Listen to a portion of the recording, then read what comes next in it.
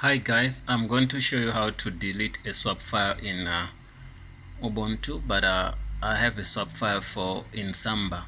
So what I'm gonna do is if I try to do the configuration for my Samba, so it talks about a swap file.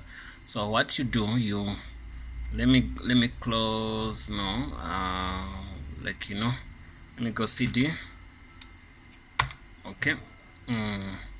What you do, you go to cd to etc. It's gonna be etc, then Samba,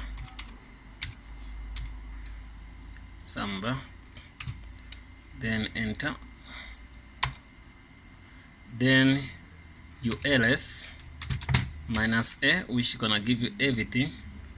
So I want to delete this swap file, this one. See this one. So I copy this and I say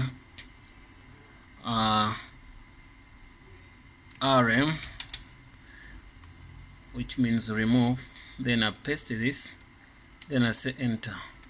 Okay, is that gone? Maybe it's gone. So if it's gone, then what we're gonna do is we're going to try to recall that command, the one which says list. You can see now there's only one. This is the only configuration file we have. So we had this, now we have this. Now guys, thanks for watching. Please don't forget to subscribe and also comment if you have anything to say. But this was a video about how to delete a swap file in Samba, because I had two files, the swap file and the Samba configuration file.